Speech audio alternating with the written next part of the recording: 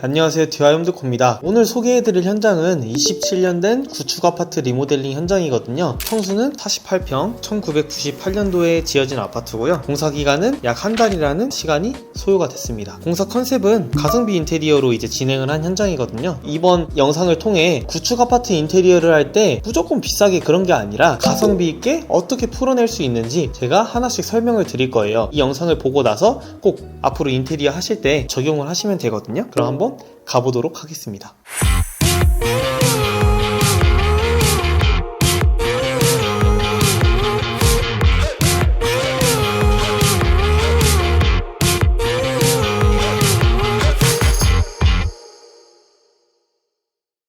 일단 설명을 드리기 전에 고객님과의 실제 이제 카톡 내용이거든요. 고객님께서 정말 만족을 해주셨던 현장이에요. 공사 중간에 기프트콘도 주시고 공사 끝나고도 이렇게 잘 이쁘게 나왔다고 만족을 해주셨거든요. 그래서 이 자리를 빌어서 다시 한번 고객님께 감사하다는 말씀 드리고 싶습니다.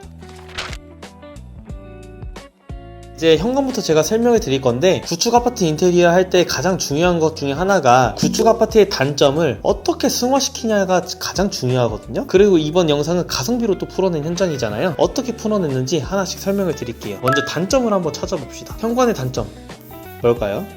자, 첫 번째 단점, 평수 대비 굉장히 작다라는 그런 단점이 있었어요. 공간이 되게 작아 보이잖아요. 자, 두 번째, 신발장 위가 이렇게 떠 있잖아요. 청소 어떻게 해요? 절대 못 하잖아요, 이런 거. 자, 세 번째, 조명이 이렇게 촌스러운 직부등 형태로 있으면 안 되거든요. 이거를 어떻게 만들었냐? 이런 식으로 만들어 드렸습니다. 제가 아까 첫 번째 단점 뭐라고 했죠? 공간이 너무 작아 보인다. 그래서 어떻게 했냐면은 신발장을 중간 띄움과 하부 띄움으로 만들어 줬어요. 중간을 띄우고 하부를 띄우다 보니까 공간감이 더 살잖아요. 공간감을 사는 것 뿐만 아니라 띄운 부분에 간접등까지 이렇게 연출이 시켜줬습니다. 일석이조죠, 어떻게 보면. 그리고 무엇보다 중요한 거는 신발장 형태가 도어 끝까지 가는 거 있잖아요. 도어가 밑에서 위로 끝까지 다는 거나 중간에 띄우던 하부를 띄우던 가격 거의 똑같아요. 그냥 똑같다고 보시면 되거든요. 똑같은 돈으로 좀 더 효율적으로 만들었다 라고 보시면 돼요. 그리고 두 번째, 도어 끝까지 올려서 무몰딩으로 설계했죠. 신발장이나 다른 가구들은 몰딩이 있는 게 있고 없는 게 있어요. 무조건 몰딩 없는 걸로 하셔야 됩니다. 제가 지금 했던 것처럼 몰딩이 있나 없나, 가구 같은 경우에는 가격이 똑같거든요. 그러니까 이렇게 무몰딩 형태로 시공을 해주시면 돼요. 그리고 세 번째, 조명 같은 경우 직부등 형태였는데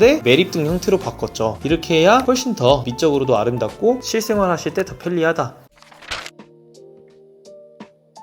거실 쪽으로 한번 가보면은 기존 거실을 단점 한번 찾아볼까요? 자, 일단 첫 번째, 몰딩 되게 큰 거 있잖아요. 철거해야 되고. 두 번째, 조명 같은 경우도 이런 직부등 형태. 공용부는 웬만하면 방은 어쩔 수가 없어요. 방까지 다운라이트 작업하면은 비용이 많이 들 수 있으니까 예산이 여유가 되실 때 하시는 건데, 공용부 같은 경우에는 이렇게까지 하면 안 되거든요. 그리고 또 이런 벽 몰딩, 천장 몰딩. 몰딩이 되게 큰 게 들어갔잖아요. 다 작은 걸로 바꿔주거나 해야 됩니다. 색깔도 너무 칙칙하죠.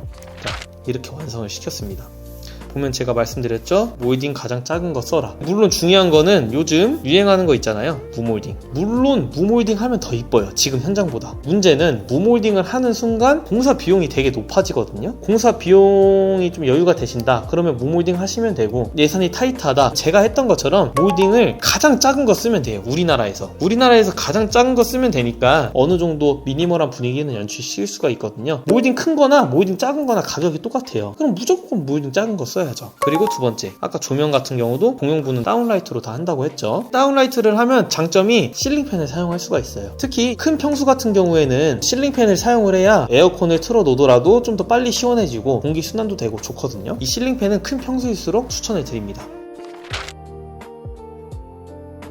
자, 여기도 거실, 아까 뭐가 문제라 했죠? 이런 거 철거. 큰 몰딩들이 다 철거해야 되고, 직부등 형태로 하다 보니까 어둡잖아요, 이런 데가. 굉장히 칙칙하잖아요. 새로 입주하시는데 칙칙한 분위기가 나면 안 되니까 다운라이트로 바꿔줍시다. 그래서 이런 식으로 완성을 시켰습니다. 전체적으로 조도가 다운라이트로 했기 때문에 밝아졌다. 그리고 저는 조도 계산을 다 해요. 그래야 최대한 뽕 뽑는 인테리어를 할 수가 있거든요. 몰딩 이런 거 작은 거 쓰고, 그리고 다운라이트 하고 이렇게 작업을 했습니다.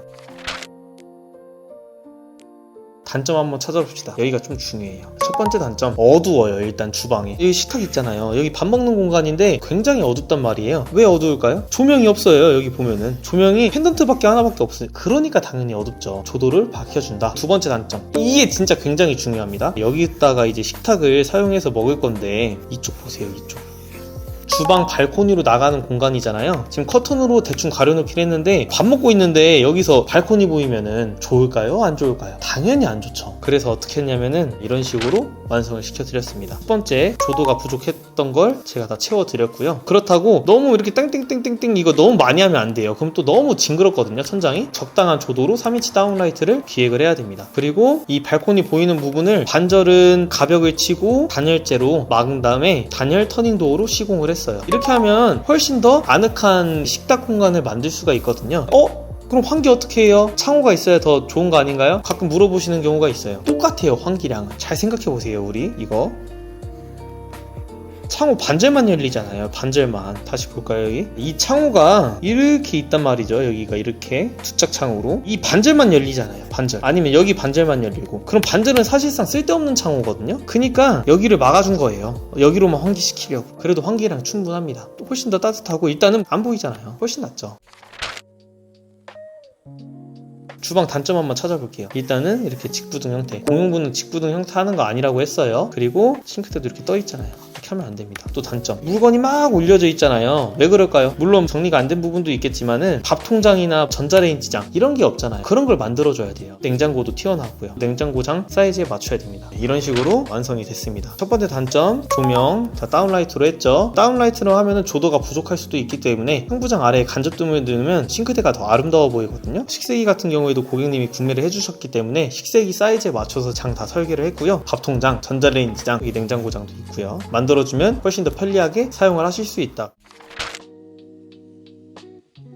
이제 화장실을 한번 가보면은 기존 화장실에 대한 문제점, 이건 좀 고난도예요. 여기 정말 중요하거든요. 제가 설명드릴게요. 벽은 옛날 것 같은데 바닥은 좀 새 것 같지 않나요, 여러분? 보면은 왜 그럴까요? 전에 살고 계신 분이 왜 이렇게 했을까요? 바닥에 누수 생겨서 그래요. 누수. 물어보니까 바닥에 누수 생겨서 바닥만 이제 방수 작업하고 다시 한 거거든요. 근데 그렇게 하면 안 돼요. 예를 들어서 여기가 화장실이라고 해볼게요. 여기가 이제 이렇게 물이 바닥으로 새서 이렇게 바닥 방수를 다시 했단 말이죠. 근데 그거는 바닥 반절만 한 거예요. 왜 그러냐면은 벽으로 셀 수도 있어요. 물은 샤워기 물 틀고 벽으로도 셀 수 있다고요. 물은. 그래서 방수는 바닥만 하는 게 절대 아니에요. 돈을 아끼려고 방수를 바닥만 한다, 그건 정말 굉장히 어디 시골에서 인테리어 하는 거거든요. 방수는 여기까지 해야 돼요. 이게 뭔 말이냐면은 여기도 전체 철거하고 방수했거든요. 방수를 이 바닥만 하면 안 되고 여기까지 벽까지 다 해야 돼요. 이렇게 이런 식으로 벽까지 다 해야 완벽한 방수가 됩니다. 그거 참고하시면 되겠고요. 구축 아파트니까 방수 부분에 대해서 되게 민감하시잖아요. 저 또한 민감하고, 그래서 이런 식으로 완성을 시켰고, 가성비 공사다 보니까 300에 600각 기본 타일로 했어요. 추가 금액 없는 기본 타일로 했고, 대신에 무광 니켈 수전이나 간접등, 조명 너무 이런 거 너무 촌스럽잖아요. 3인치 다운라이트로 바꿔줍니다. 가성비 있게 시공한다고 해가지고 싸구려 자재나 그런 거 사용한 거 아니에요. 이거 보면 이거 LX 거거든요. 그리고 이렇게 무광 니켈로 해가지고 청소건도 들어가 있고, 수전 같은 경우에는 화장실 수전이나 수건거리 다 무광 니켈로 웬만하면 사용하시는 게 좋아요. 가장 가성비 있습니다. 자료화면에서 나오는 이런 제품들은 사용하시면 안 되거든요. 그런 거 사용하시지 말고. 이것으로 이번 현장 리뷰가 다 끝났네요. 인테리어는 내 예산에 맞춰서 하는 거예요. 내가 예산이 한정적이다, 그럼 좀 가성비 있게 하면 되고, 내가 좀 예산이 여유가 된다, 그러면 좀 더 써서 좀 더 고급스럽게 무몰딩을 하던 뭘 하던, 너무 예산을 넘어가지고 무리하시지는 말고, 궁금하신 거 있으시면은 언제든지 전화로 해주셔도 되고 물어보셔도 돼요. 특히 물어보실 때 여기 현장 얼마냐 이렇게 물어보는 게 아니라 이 현장을 내 아파트에 적용시키면 얼마냐 이렇게 물어봐야 좀 더 정확하거든요. 그렇게 물어보시면은 제가 정확하게 답변을 해드리도록 하겠습니다. 이것으로 오늘 현장 리뷰는 마치겠고, 다음에 또 찾아뵙도록 하겠습니다. 감사합니다.